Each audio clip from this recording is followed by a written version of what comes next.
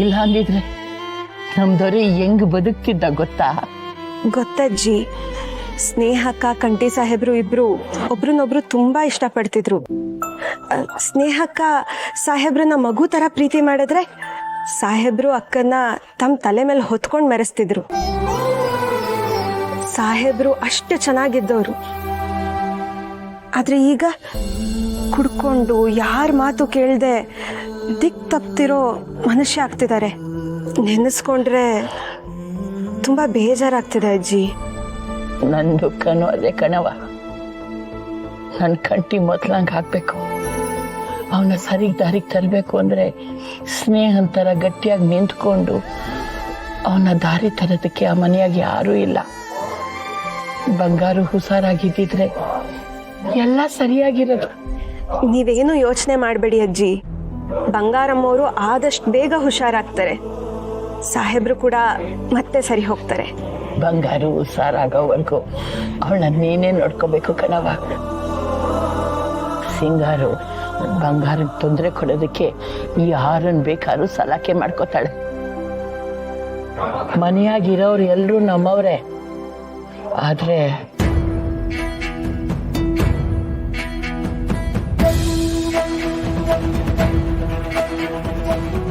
ನಾವು ನಮ್ಮ ಹುಷಾರಾಗಿರ್ಬೇಕು ಕಣವ. ನನಗೆ ಈಗ ಯಾರ ಮ್ಯಾಗೂ ನಂಬಿಕೆ ಇಲ್ಲ. ನನ್ನ ಮಗಳನ್ನ ನೋಡ್ಕೊಳ್ಳೋ ಜವಾಬ್ದಾರಿ ನನ್ನ ಮೇಲೆ ನಂಬಿಕೆ ಇಟ್ಟು ಕೊಡ್ತಾ ಇದ್ದೀನಿ. ನೀನು ಅದನ್ನ ನಡ್ಸ್ಕೊಡ್ಬೇಕು ಕಣವ. ಗೊತ್ತು ಗುರಿ ಇಲ್ದಲೇ ಇರೋ ನನ್ನ ನಂಬಿ ನಿಮ್ ಮನೆ ಮನ್ಸಲ್ಲಿ ಜಾಗ ಕೊಡ್ತಿದ್ದೀರಾ ಅಜ್ಜಿ. ನಾನು ನಿನ್ನ ನಂಬಿಕೆನ ಖಂಡಿತವಾಗಿ ಉಳಿಸ್ಕೋತೀನಿ.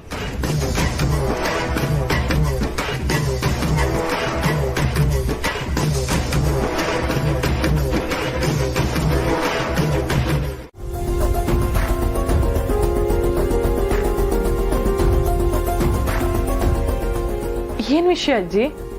ಈ ಹುಡುಗಿ ಗೊತ್ತಲ್ಲ, ಸ್ನೇಹ. ಇನ್ಮ್ಯಾಕೆ ನನ್ನ ಬಂಗಾರ ನೋಡ್ಕೊಳ್ಳೋದು ಇವಳೆಯ.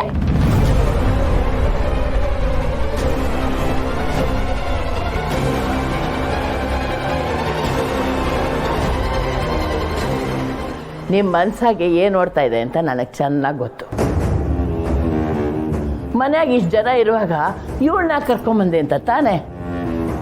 ನೋಡು ವಸು, ನಿಂಗೊಂದು ಕೂಸೈತೆ, ನೀನು ಆ ಕೂಸ್ ಕಡೆ ಗಮನ ಕೊಡ್ಬೇಕು. ಏನು ಹಳಿ ಅಂದ್ರು ಹೆಂಗರ್ಸು ಕೆಲಸ ಮಾಡೋಕ್ಕಾಯ್ತದ? ಅದಕ್ಕೆ ನನ್ನ ಬಂಗಾರು ಕೆಲಸ ಮಾಡ್ಕೊಳಕ್ಕೆ ಈ ಹುಡುಗಿನ ಕರ್ಕೊಂಬಂದೀವ್ನಿ.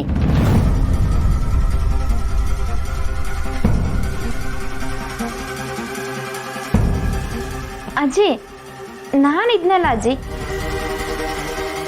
ನಾನೇ ಅತ್ತನ ನೋಡ್ಕೋತಿದ್ದೆ. ಮನೆಯವ್ರು ಇರುವಾಗ ಜೈಲಲ್ಲಿ ಇದ್ ಬಂದಿರೋ ಈ ಹುಡುಗಿನ ಅದ್ಯಾವ ನಂಬಿಕೆ ಮೇಲೆ ಕರ್ಕೊಂಬಂದ್ರಿ?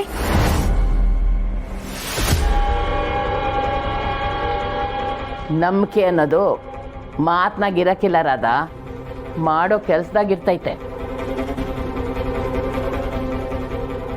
ನೀನೇನೋ ಬಂಗಾರನ ನೋಡ್ಕೊಳ್ತೀನಿ ಅಂತ ಹೇಳ್ತೀಯ, ಆದ್ರೆ ಫೋನ್ ಬಂದ ತಕ್ಷಣ ಅರ್ಧಕ್ಕೆ ಬಿಟ್ಟೊಟ್ಟೋಯ್ತೀಯಾ? ನನಗೆ ನನ್ನ ಬಂಗಾರನ್ನ ಪೂರ್ತಿಯಾಗಿ ನೋಡ್ಕೊಳ್ಳೋ ಜನ ಬೇಕು, ಅರ್ಧಕ್ಕೆ ಕೈ ಕೊಡೋ ಜನ ಅಲ್ಲ. ಅಜ್ಜಿಗೆ ನನ್ನ ಮೇಲೆ ಅನುಮಾನ ಅನ್ಸುತ್ತೆ, ಅದಕ್ಕೆ ಹೀಗೆ ಹೇಳ್ತಿದ್ದಾರೆ. ನೋಡಿ, ಎಲ್ರಿಗೂ ಅವ್ರವ್ರದ್ದೇ ಕೆಲಸ ಇರ್ತೈತೆ. ಸುಮ್ಮನೆ ಮಾತು ಯಾಕೆ? ನಾನು ಸ್ನೇಹನ ಕರ್ಕೊಂಬಂದೀನಿ, ಅವಳು ನನ್ನ ಬಂಗಾರನ ನೋಡ್ಕೊತಾಳೆ. ಹಾಂ, ನಡಿ ಸ್ನೇಹ.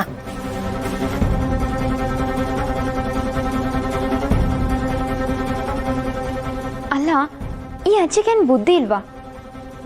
ಕಳ್ಳನೇ ಕರ್ಕೊಂಬಂದು ಮನೇಲಿ ಯಾರಾದರೂ ಇಟ್ಕೋತಾರ? ರಾಧಾ, ಅಜ್ಜಿ ತಿಳಿದಿರೋರು, ಅವ್ರಿಗೆಲ್ಲ ಗೊತ್ತಿರುತ್ತೆ. ನಾವ್ ಯಾರ ಬಗ್ಗೆನೂ ಗೊತ್ತಿಲ್ಲದೆ ಮಾತಾಡಬಾರ್ದಲ್ವಾ?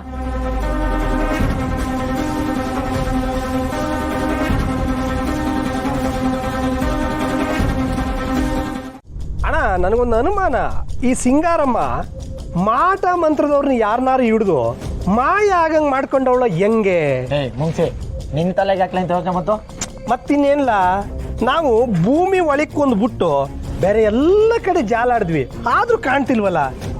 ಹಂಗೆ ಏನೋ ಇದ್ರೆ ಬಗೀತೀನಿ, ಭೂಮಿನೇ ಬಗ್ದು ಅವ್ರನ್ನ ಆಚೆ ತೆಗಿತೀನಿ. ಸಾಯಿಸ್ಬಿಟ್ಟು ಮತ್ತೆ ಊತ ಹಾಕಿದ್ರಾಯ್ತು. ಭೂಮಿ ಹುತ್ತು ಬೆಳೆ ತೆಗಿಯೋ ಮಗ ನೀನು. ಮಣ್ ಮಾಡೋ ಮಾತೇಕೆ ದೊರೆ? ನಿಮ್ಗೆ ಏಟ್ಕಿತ ಹೇಳೋದು, ನಿಮ್ ಶಾಸ್ತ್ರ ಅಂತ ಕೆಲ್ಸಕ್ಕೆ ಬರಕಿಲ್ಲ. ಪದೇ ಪದೇ ಬಂದು ನನ್ನ ತೊಲೆ ತಿನ್ಬೇಡಿ. ಕೆಡದೆ ಇರಂಗೆ ನೋಡ್ಕೊ ಅಂತ ಹೇಳಕ್ಕೆ ಆ ತಾಯಿ ನನ್ ಕಳ್ಸಿರೋದು. ಬೆಳಕಲ್ಲಿ ನಡಿಬೇಕಾಗಿರೋನು ಕತ್ಲೆನ ಹಿಂಬಾಲಿಸ್ತಾ ಇದೀಯಾ. ಕೇಡ್ ಕಾತ್ ಕುಂತಿದ್ರು ಪ್ರೀತಿ ಕಾವಲು ನಿಂತೈತೆ. ಅರ್ಥ ಮಾಡ್ಕೊಂಡು ನಡೆದ್ರೆ ಬಾಳು ಬಂಗಾರ ಆಯ್ತದೆ.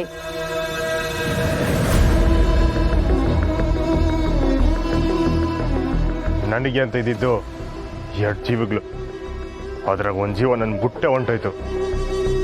ಈಗ ನಾನು ಅರ್ಧಂಬರ್ಧ ಜೀವ. ಉಳಿದಿರೋಷ್ಟದಿಂದಾಗೆ ಜೀವ ತೆಗ್ದವ್ರನ್ನ ಬಲಿ ತಗೊಳ್ದೆ ಬಿಡಕ್ಕಿಲ್ಲ. ತಪ್ಪು ಮಾಡ್ತಿದ್ಯಾ ಮಗ. ದ್ವೇಷದ ನಂಜಲ್ಲಿ ಕಣ್ಣು ಮುಚ್ಚಬೇಡ. ಕಣ್ಣು ತೆರೆದು ಕಿವಿ ಕೊಟ್ಟು ಕೇಳೋದನ್ನ ಕಲಿ.